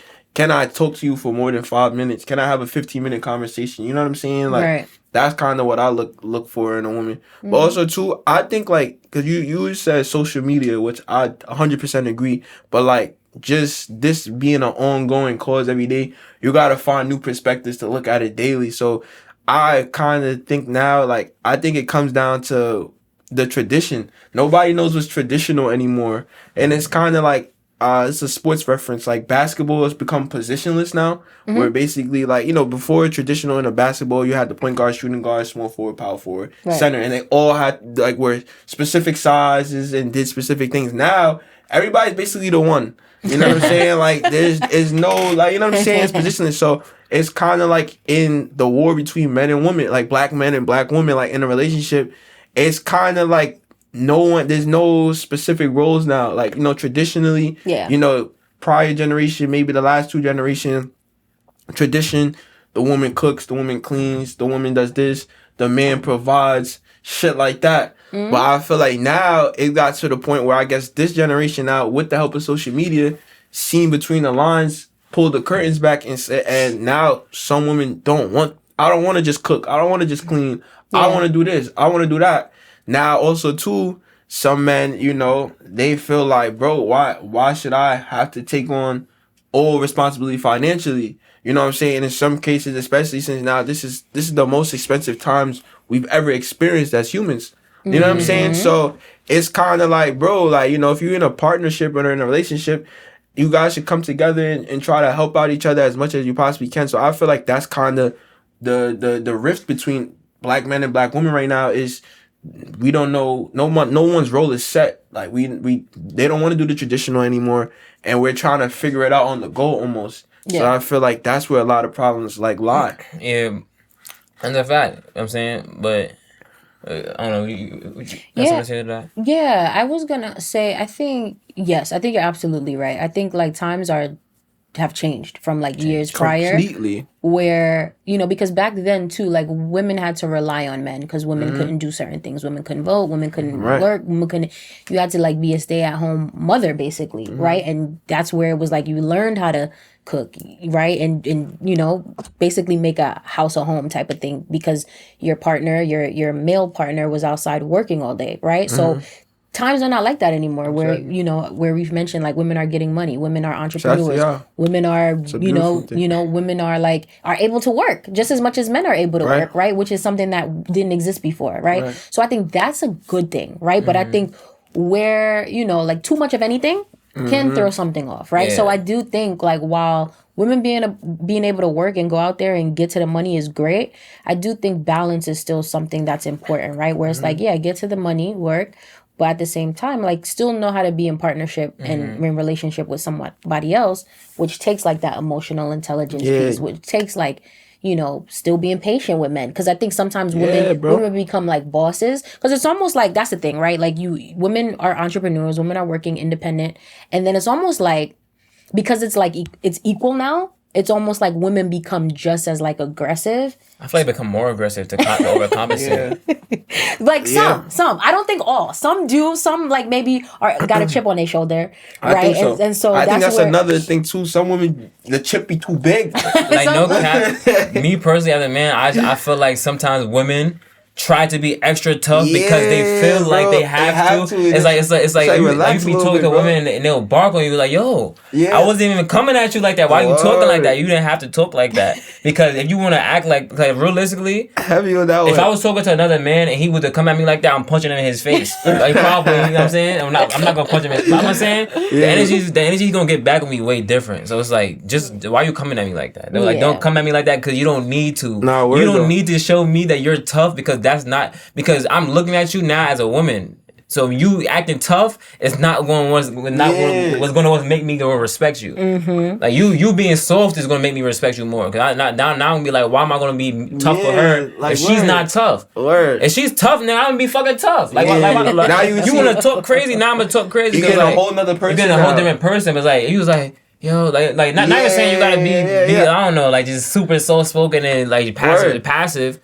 But like, be kind. It's like, you could pit a nigga in his place, but like, you don't have to be rude. You don't have to be nasty. Bro. Yeah, I think that's where the balance comes in, right? That's where I think sometimes if women are working just as much as men, they may not also have the time to like the things that were happening before where women had more time to like maybe be a little bit more, like things are just different now where it's like working in spaces that still are probably more like male dominated, but being like one of the few women that are like, that's like a boss or making whatever amount of money, like that works in the workspace, right? Like being aggressive and kind of like ripping everybody's heads off. But then when you leave the workspace, being a regular person, like, you know what I'm saying? Like when I'm with my friends and when I'm with like a partner or something, I'm not like a therapist with them. You get what I'm saying? Because if I was, they would be like, turn it off. Like, you know what I'm saying? So I think that's because I feel like I feel like I have balance, but not everybody is good at balance. Like not everybody knows how to turn it off.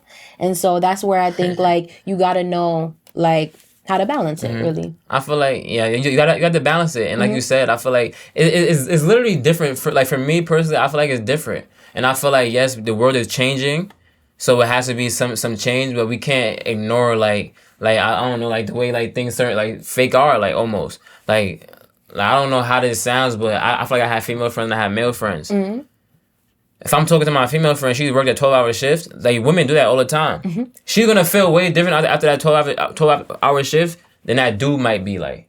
He might want to go fucking sit in the game for 6 more hours. Like he may want to go outside to the club, find a link, and then the third sis might want to go home, get her feet rubbed. Like it's different vibes. So it's like he's built to go outside and go rip and run the streets for 12 hours and come home and still like be how he is, because that's just how he is. But now it's like, yes, women are working more. But now it's like you working more. Bet we're gonna put you in the same position because it just work. So now we're gonna go just hard on you now. So it's like your feminine energy is getting transformed So like, do they have to be a little harder just to maneuver in the world that you're going? Yeah. You know what I'm saying? With that being said, it's like, you know what I'm saying? If men are not being patient as well, it's like that could not even be understood. Like, yo, maybe she had a long day. Like, maybe she's just not in her energy right now. Maybe that's why she talking to me like that. Right. I mean, not even respond to her crazy because I know she had a long day. And maybe later on she might come out like, I was talking to you bad. I just had a bad day. The emotion. That's why I feel like the emotional awareness, the emotional intelligence, and I think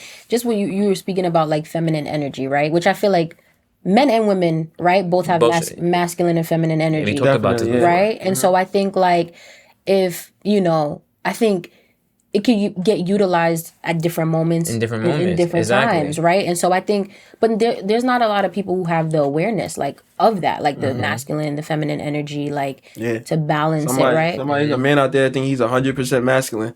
Like, think he got no feminine in him. Like, and there's conversations a lot about like alpha and beta and whatever. Like, to me, these conversations become like semantics after a while because it's like, okay, well, what's the point? Like, why are we even talking about this? Exactly. Right, because it's like, I think really what people want is like harmony, right? They want balance. They want things to just feel good, right? And if something's not feeling good, then it's like, okay, well, how do we fix it? Like me, I'm like solution oriented. If something's off, something's not working, like how do we fix it, right? And instead of it being like this war, right, this back and forth, like who's right, who's wrong, like, who needs to, become more, traditional versus like whatever. It's like, okay, if this is the way things are now as a society, right? Not even as men and women, as a society is changing before our eyes, right?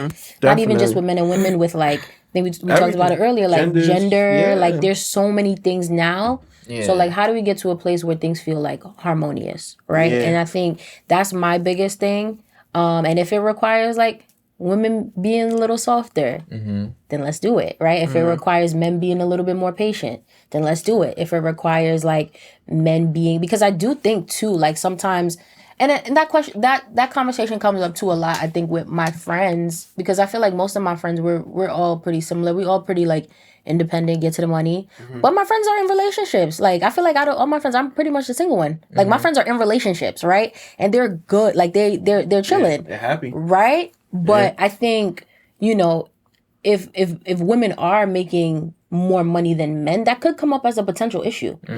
Even if, whether men want to admit it or not, I think it can come up as a potential issue if a woman is excelling in certain areas, and maybe a man wants to excel in a certain area and is not there yet. Not to say it's a competition, but there can breed maybe some feelings of like resentment or like definitely. Because a man is, I feel like a man is more times now always gonna feel uncomfortable if their woman is making more than them, just because of the placement of society saying men should be making more. So it's kind of like, you don't really rely on your woman.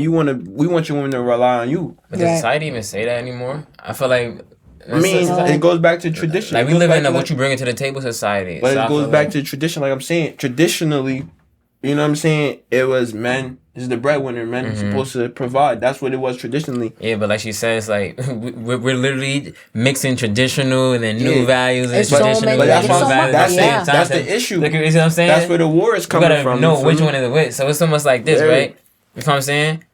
If you're dealing with somebody, bro, like, bro, you ever been in a relationship? You can see, bro, like, your partner gonna act differently depending on how you acting, bro. Yeah. You know what I'm saying? If you make, like, just as a man, like, if you making everything easy for your girl, like, really just look how she gonna act. Unless you just have a bad girl, like, like, she's more like, she's gonna be, it's gonna be easy for her to give you what you need. You know what I'm saying? Yeah. Just cause, like, her plate is taken care of. So imagine you doing that every single day. But it's like, I feel like a lot of men too, like, because the world is changing, they take that as an excuse to like sit back now. So it's like, I bet. Yeah. All these shorties are getting money.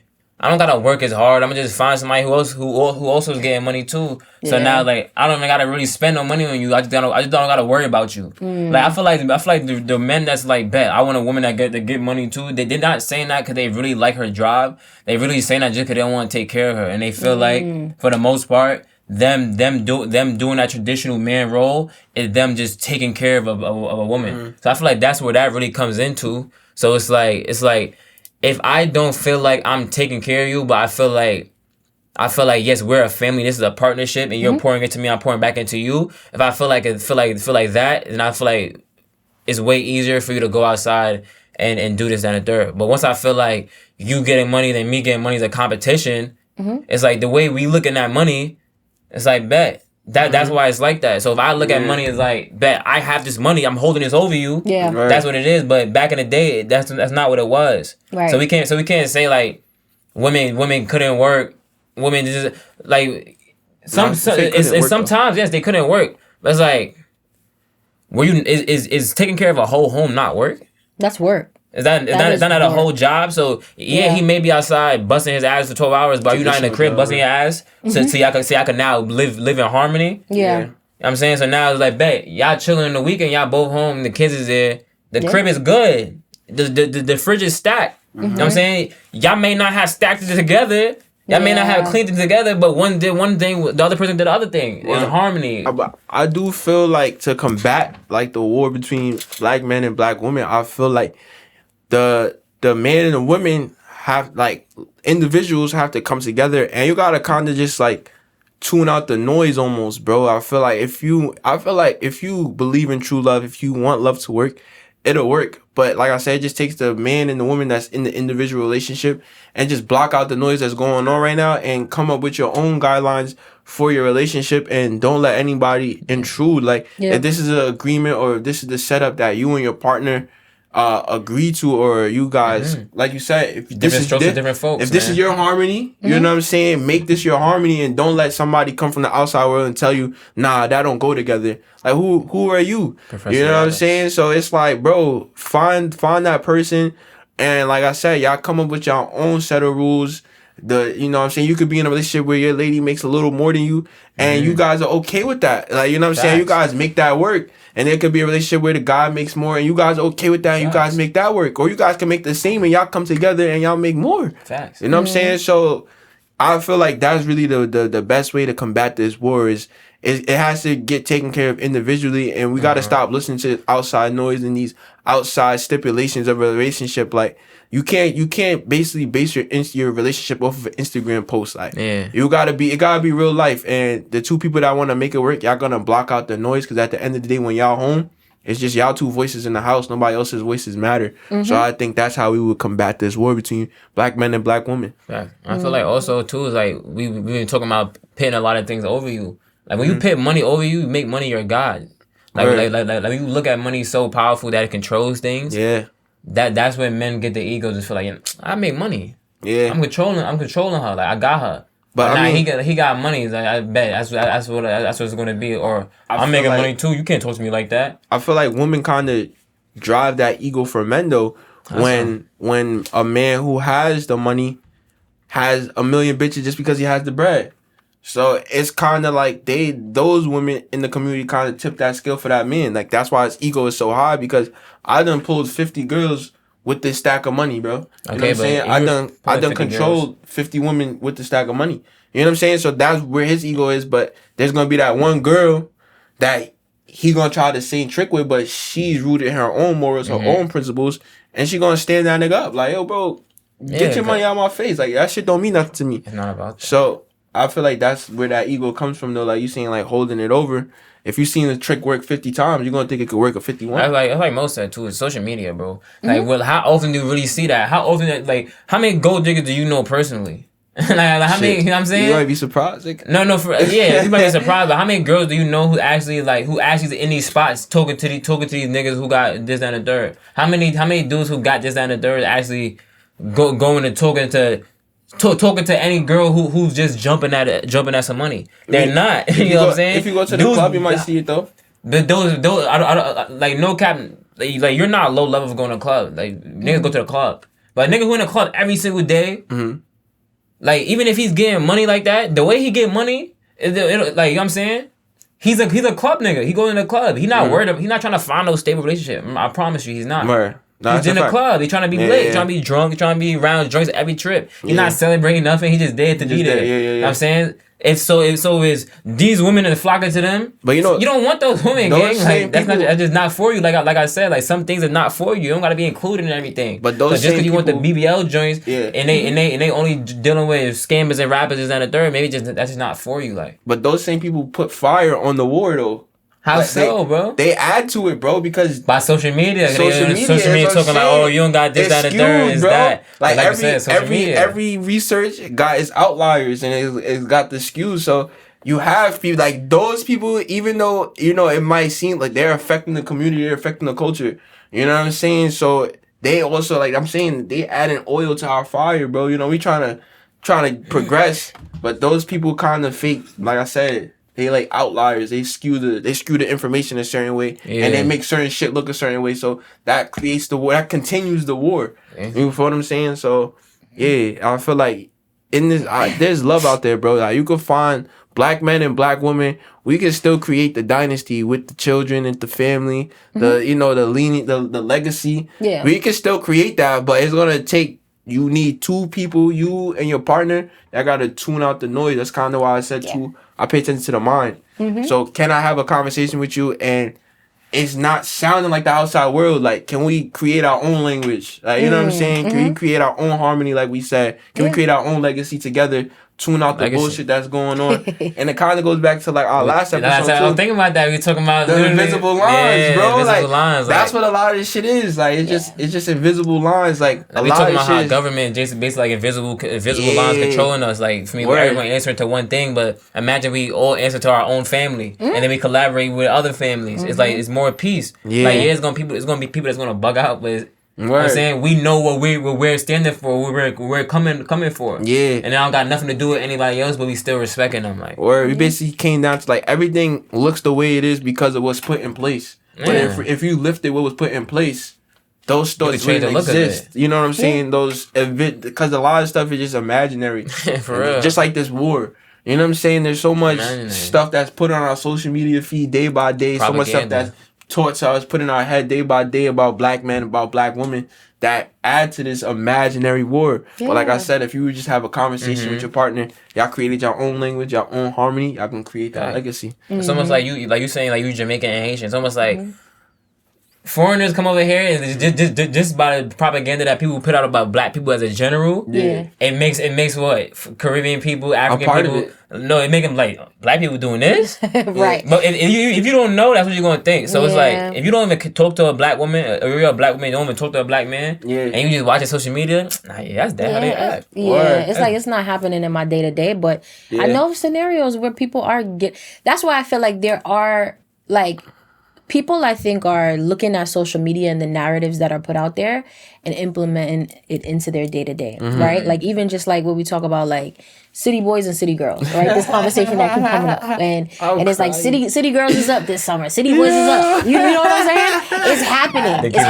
It's happening. And I'm telling you, like, I know real-life situations where it's happening, where there's guys who are funding women's lifestyles, but it comes with that's why I feel like everything comes with a cost. Like a guy who's funding a woman's lifestyle, a woman is giving something up for that, right? Whether that's peace of mind, right? Taking care of him in some type of way, whether it's sex, whatever the situation is. So the transaction. It's what it is that this climate, it feels very transactional, and so that's why when we're talking about love and people, like even just the idea of love now is like a question. Like people want whether people actually want to get married or not is a question. That's a fact. So I think that's where it's like we're living in 2023 modern times. Crazy times. And anybody trying to live traditionally in this time, you're gonna have to just be patient and stick it out, because I don't know that we could revert back, but I think you could try to just, like you said, make it your own with whoever it is that you're like in alignment with, right? Like you can find somebody that you're in alignment with that is tired of all of this hoopla, that don't want to do the city boy and city girl thing, but I think it's hard. It's like finding a needle in a haystack, I think, right? But it's possible, it's right? There. It's possible. Jump in that shit, might get pricked. It's possible. Listen, okay? You might, right? So that's why I feel like you really have to just be patient. But, my single people out there, keep having fun. If you're having fun and you like what's going on, keep doing it. But if you want to be committed in a situation, then you can't. You can't follow social media. Right. You got to get off social media sometimes and go outside, right? Yeah. Like, I'm big on, I think that we were talking about this, yesterday when we saw each other, is like networking, right? Like meeting people, like cold contact, right? Because I know sliding in the DMs and meeting people online is like a big thing now too. Yeah, shit different. But I think going outside and talking to people, like just interacting, their connection, you remember them. Literally, I mentioned before. That's just a different type of interaction than like what we've been dealing with the past few years. And so I think like if you want something different, you gotta like move a little different. You gotta just do different stuff.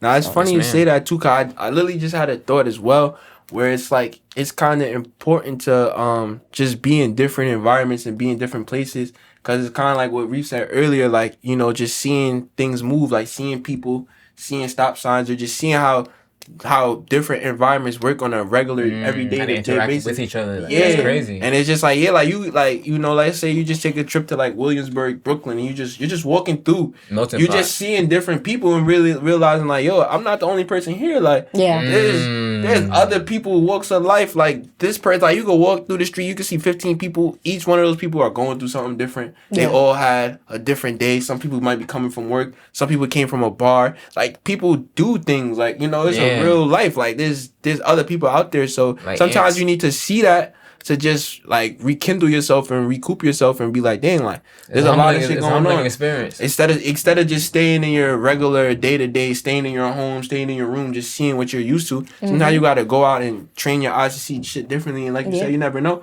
You might bump into somebody by accident, like, oh shit, like you over here too, like you know what I'm saying? Or you might just meet somebody. And I feel like it's like that too, because like when we just so like oblivious to what's going on around us. It's like we really think our shit is what's going on in the world. That's the biggest thing ever. Like that's the biggest thing ever right now. But when we go outside, see so many people, you're like, yo, I'm really just like one little. It existed. I just existed. Everybody else. Like, hey, bro, like that was good. Like, I'm walking too. Or like you just came in the store, came to work. That's another thing I think that's good for your mental too. Just seeing other people exist. So you could kind of take a deep breath and realize like, damn. All the pressure not on you. It's billions of people. Other people got other shit that they going through too. Like, let me just relax a little bit. Let me just woosah. Like, I'm not. It's not that bad. Like, I'm able to walk and see shit like that, bro. So, 100%, man. Hey, man. I don't gonna lie, we captured a lot today. I love this conversation. This is a great episode. Thank you guys for having me. Thank you for coming for sure. Like this is what we've been looking for, like women to come up on the platform, because it's gonna be a different conversation entirely, because we have a different mind. Yeah. So this is amazing. I'm not gonna lie, I have fun. I learned a lot. It was opening. It was relieving. Thanks for popping out. I ain't gonna therapy session. Yeah, we gotta slide to Mo's pod too. We gonna do a little crossover. We gonna set it up. We definitely gonna do that. So stay tuned for that. What they don't want to hear, members. You feel we gonna have a crossover on her show. Yeah. What they don't want to hear, episode 8, season 2. Yatta Racks. Reef Major. Mo. Let's get it. Here.